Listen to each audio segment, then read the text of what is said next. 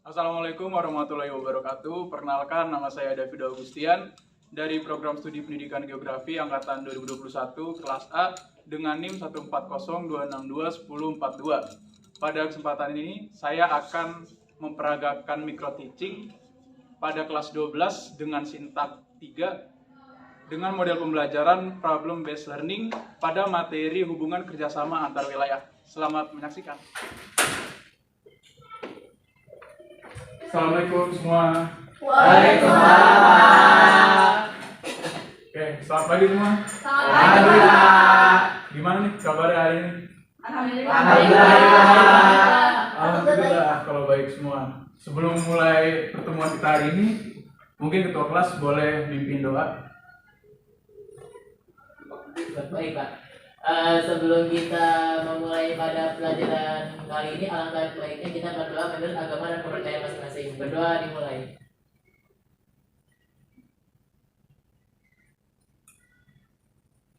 Berdoa selesai. Oke, terima kasih ketua kelas. Hari ini ada yang nggak masuk atau masuk semua? Iya Pak. Farhan. Julia kemana tuh? Iya, Farhan. Bolos Pak. Ada yang duduk BK Pak. Bolos terus Pak. Bolos terus ya. Oke, nggak boleh ditiru ya kalau bolos. kemarin juga nggak masuk Pak. 15 hari Pak belum masuk. 15 hari? Iya. Bisa lama juga ya. Oke, jadi sebelum saya memulai pelajaran hari ini, Bapak mau menjelaskan tujuan pembelajaran kita hari ini. Tujuan pembelajaran kita itu untuk menganalisis permasalahan dari kerjasama, hubungan antar wilayah, dan mengkomunikasikan hasil belajar kita melalui diskusi kelas. Oke, masih ada yang ingat nggak minggu lalu kita belajar tentang apa? Apa ya? Ada yang ingat nggak? Pak. Apa hasil Pak? Faktor pendukung dan penghambat kerjasama Indonesia dengan Cina dan Indonesia dengan India Pak. Iya, benar banget Silva. Jadi minggu lalu kita sudah belajar apa saja faktor permasalahan dari kerjasama Indonesia-Cina dan kerjasama Indonesia dan India. Jadi di pertemuan kali ini Bapak mau meminta kalian untuk mengisi lembar kerja yang akan Bapak bagikan dengan dengan permasalahan dari kerjasama Indonesia-Cina dan Indonesia dan India. Minggu lalu sudah dibagi kelompoknya kan ya? Sudah. Bapak, kelompok 1 kemarin bahas apa? Indonesia dengan Cina. Indonesia-Cina. Kelompok 2? Indonesia dengan India. Iya. Oke, kalau gitu boleh diisi lembar kerja yang akan Bapak bagikan sesuai dengan permasalahan kerjasama yang sudah kalian kerjakan minggu lalu. Baik. Baik Pak. Makasih Pak. Kelompok 2 Pak. sama. Oke, silakan dikerjakan. Bapak tunggu.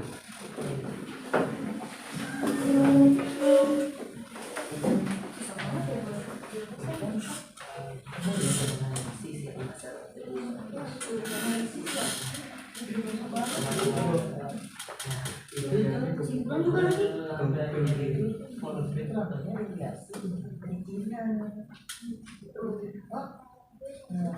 Kita bisa dari ini ya Pak ya? Iya, 3.3, 3.4 dikosongkan aja dulu.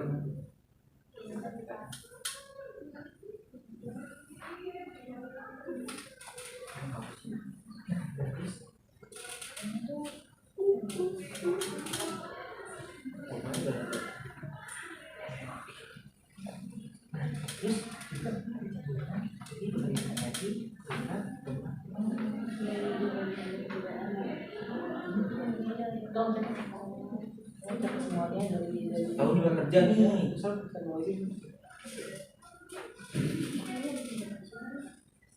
Kerja Pak. Ayo dong, kerjanya kelompok dong. Tahu. Pak di kelompok kita nggak mau kerja. Saya Lo kerjain juga dong bantuin gue. Iya, dia kan udah bacain tuh. Kamu cari Google, ada Google tuh. Gue udah jabarin. Boleh cari dari berbagai sumber ya. Yang penting sumbernya relevan. Baik Pak. Tulisannya yang bagus sih. Itu kayaknya kebalik. Yang ikut sebenarnya.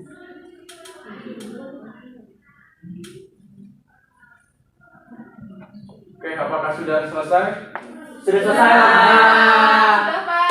Kalau bisa duluan. Sudah semua ya? Sudah Pak. Kelompok 1 boleh minta tolong dibacakan satu orang aja. Ke depan Bapak. Di situ saja. Ganti-gantian aja tuh bacanya palsu Pak. Satu orang aja kan sedikit. Ini jadi pertanyaannya itu kan adalah sebutkan dan analisislah permasalahan yang terjadi di dalam kerjasama antara kedua negara. Jadi kelompok kami itu dapat 5 permasalahan. Yang pertama itu ada lambatnya realisasi pinjaman dari Cina ke Indonesia.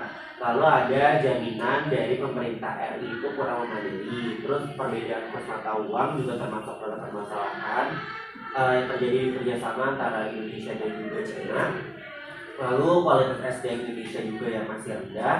Nah yang kelima itu ada pasar dalam negeri Indonesia itu bisa terancam kalau misalnya kerjasama antara Indonesia dan China ini tuh sangat amat mendominasi gitu Pak.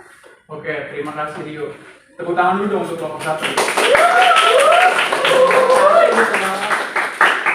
Kelompok 2 boleh dibacakan hasil diskusinya. Saya Pak, jadi itu ada 3 permasalahan yang terjadi antara kerjasama Indonesia dengan India. Yang pertama itu adanya persaingan di bidang perdagangan.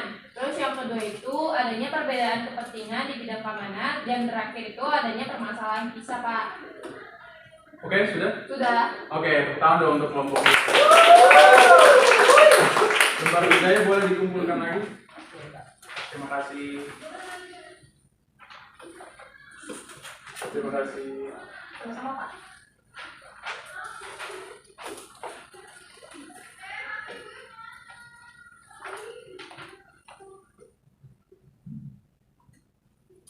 Oke, jadi di sini karena kalian sudah melakukan analisis, kalian sudah menyebutkan apa saja permasalahan kerjasama antara Indonesia dan Cina dan juga Indonesia dengan India.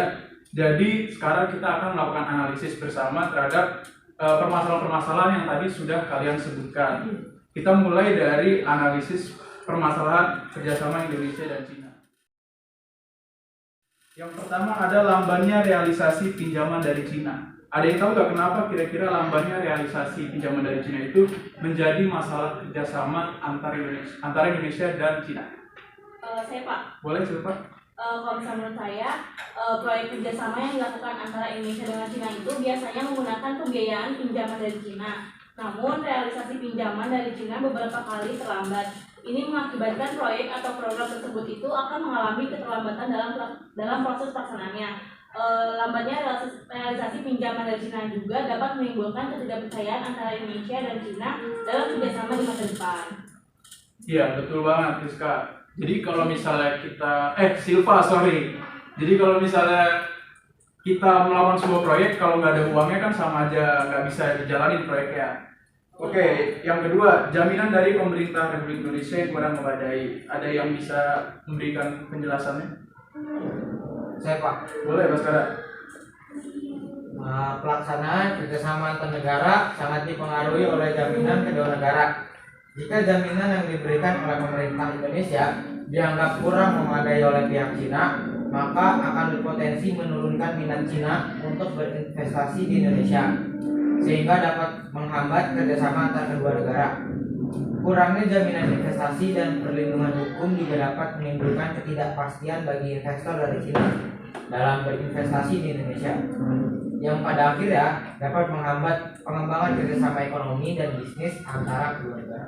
Iya, betul banget Baskara. Jadi kalau misalnya investor itu dia kan menanamkan modal di suatu negara. Jadi kalau misalnya dia menanamkan modal, tentu saja dia mengharapkan jaminan supaya modal yang dia tanamkan di negara yang dia tanamkan itu menjadi lebih aman dan tidak menghasilkan kerugian untuk dia. Oke, kita ke masalah yang ketiga, perbedaan kurs mata uang. Ada yang bisa memberikan analisisnya? Ya Pak. Boleh, Dio. Jadi perbedaan kurs mata uang ini dapat mempengaruhi nilai tukar antara kedua mata uang dari Indonesia sama dari Cina Pak. Jadi kayak pada akhirnya itu akan mempengaruhi harga barang dan jasa yang diperdagangkan dari Cina ke Indonesia ataupun dari Indonesia ke Cina gitu Pak. Terus ketika nilai tukar rupiah itu melemah terhadap yuannya Cina, maka harga barang dan jasa dari Cina akan menjadi lebih mahal bagi konsumen Indonesia dan sebaliknya. Hal ini dapat mempengaruhi daya saing produk-produk Indonesia di pasar domestik dan juga pasar internasional. Oke, kalau misalnya selain mempengaruhi harga barang, kira-kira perbedaan kurs mata uang itu mempengaruhi apa lagi sih?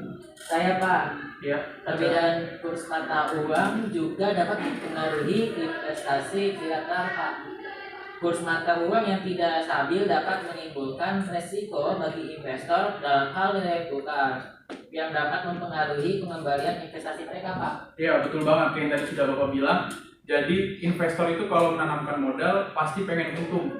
Nah, kalau misalnya kurs mata uangnya itu berbeda dan tidak stabil, tentunya investor nggak mau karena ada risiko kerugian yang akan dialami.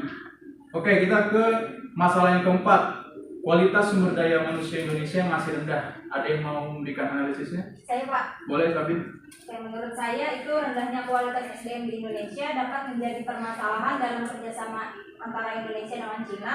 Kualitas sumber daya manusia yang rendah dapat mempersulit sumber daya manusia Indonesia dalam menerapkan teknologi yang dimiliki Cina.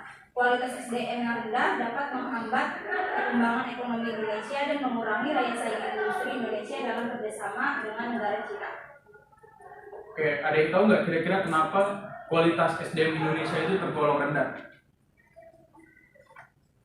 Saya Pak, Boleh, Ica? rendahnya kualitas SDM di Indonesia dipengaruhi oleh beberapa faktor seperti pendidikan yang kurang memadai, kurangnya investasi dalam pendidikan dan pelatihan, dan juga rendahnya keterampilan teknis, kurangnya motivasi dan budaya yang kurang mendukung Pak. Oke, kira-kira kalau misalnya kita udah tahu permasalahannya nih, kira-kira solusi apa yang bisa dilakukan pemerintah untuk memperbaiki kualitas sumber daya manusia di Indonesia? Bapak, saya mau jawab. Boleh dia?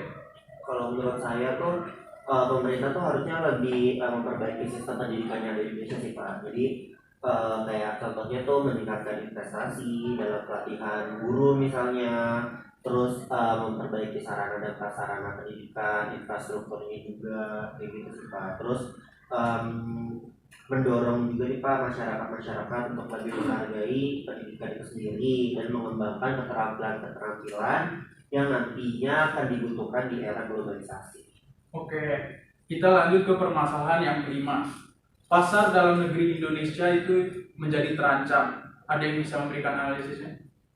Saya Pak, Boleh, Pak Sarah? kerjasama dengan Cina juga dapat memberikan ancaman terhadap pasar dalam negeri Indonesia. Salah satu contohnya adalah ketika produk-produk impor dari Cina masuk ke pasar Indonesia dengan harga yang lebih murah dengan kualitas yang sama atau bahkan lebih baik dari produk-produk dalam negeri Indonesia. Maka hal ini dapat mengancam eksistensi produk-produk dalam negeri Indonesia dan menyebabkan pengusaha lokal itu gulung kita. Oke, terus kira-kira apa nih yang harus kita lakukan untuk mengatasi banyaknya barang Cina yang masuk ke pasar Indonesia?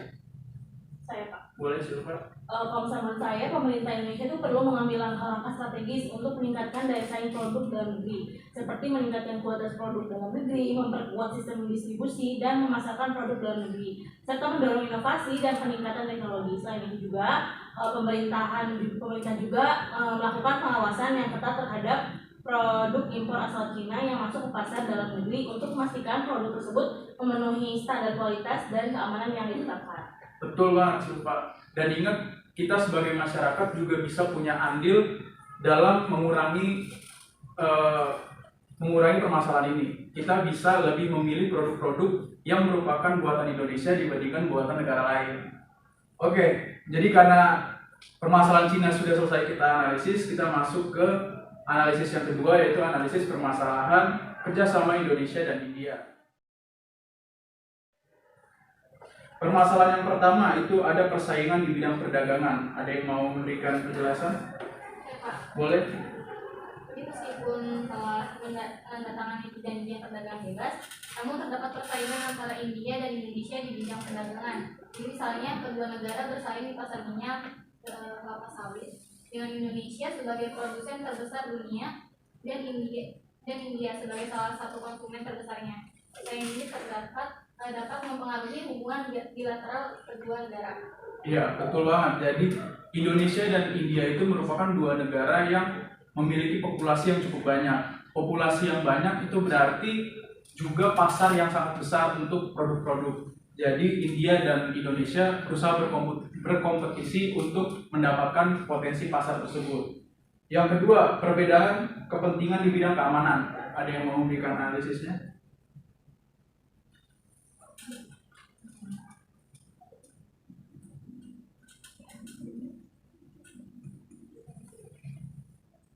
Perbedaan kepentingan, Pak. Iya, perbedaan kepentingan di bidang pertahanan dan keamanan. Saya deh, Pak. Boleh, Widya? Meskipun Indonesia dan India itu bekerja sama gitu kan di bidang keamanan dan pertahanan, namun terdapat perbedaan juga kepentingan antara kedua negara itu. Nah, Indonesia itu kan cenderung lebih fokus pada masalah keamanan di Asia Tenggara. Nah, sementara di India sendiri itu lebih fokus pada keamanan di kawasan selatan Asia dan Lautan Hindia. Nah, perbedaan inilah yang dapat mempersulit gitu kerjasama kedua negara di bidang keamanan. Oke. Kira-kira ada yang tahu nggak apakah perbedaan pendekatan dalam menghadapi isu keamanan itu menjadi masalah kerjasama dari Indonesia dan India? Saya Pak. Boleh, Rizka? Oke. Jadi Indonesia dan India itu memiliki pendekatan yang berbeda dalam menghadapi isu keamanan. Indonesia cenderung mengutamakan pendekatan diplomasi dan kerjasama regional. Sementara India itu cenderung lebih mengedepankan kemampuan militer dan kerjasama bilateral. Indonesia memandang bahwa keamanan regional dan kerjasama dengan negara-negara tetangga merupakan hal yang sangat penting. Sementara India memandang bahwa keamanan nasional dan kemampuan militer merupakan hal yang sangat penting. India memiliki salah satu angkatan bersenjata terbesar di dunia dan memperkuat kemampuan militer mereka dengan meningkatkan anggaran pertahanan. India juga memiliki kebijakan luar negeri yang lebih agresif dan telah memperkuat hubungan bilateral di bidang keamanan dengan beberapa negara seperti Amerika Serikat dan Israel.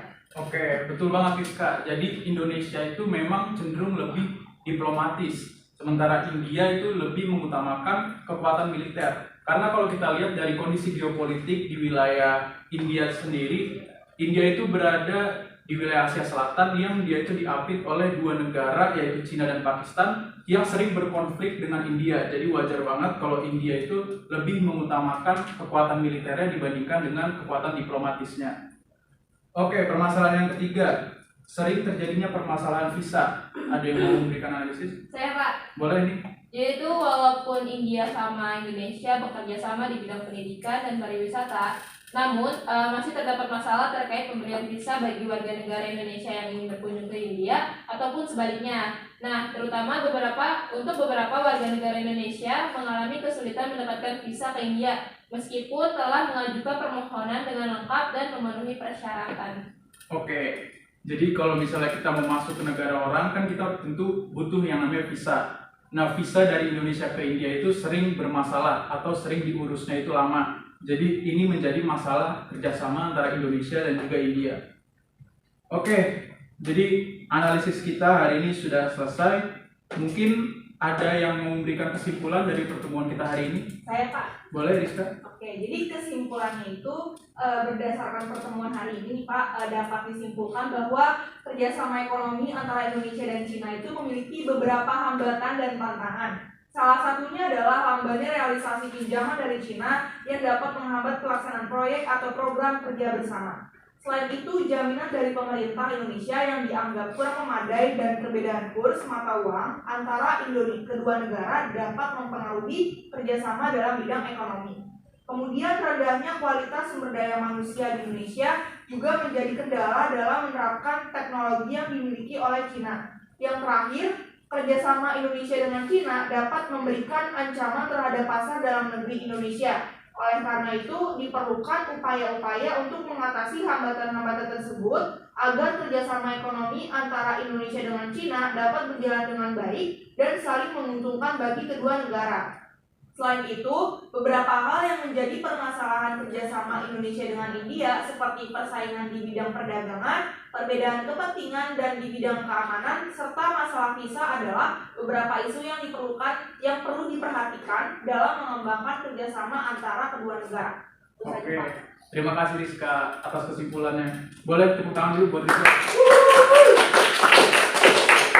Oke, karena kita sudah membuat analisis mengenai permasalahan kerjasama antara Indonesia dan Cina dan Indonesia dengan India, dan kita juga sudah membuat kesimpulan dari pertemuan kita hari ini, Mungkin Bapak rasa pertemuan kita hari ini cukup. Mungkin ada yang ingin bertanya? Nggak ada, sudah jelas semua berarti ya? Oke, karena tidak ada yang bertanya, Bapak akhiri pertemuan kita hari ini. Mohon maaf bila ada kesalahan atau kekurangan dari Bapak. Terima kasih atas atensinya. Sampai bertemu di pertemuan berikutnya. Assalamualaikum warahmatullahi wabarakatuh. Waalaikumsalam warahmatullahi wabarakatuh. Terima kasih Pak. Terima kasih semua. Sama-sama.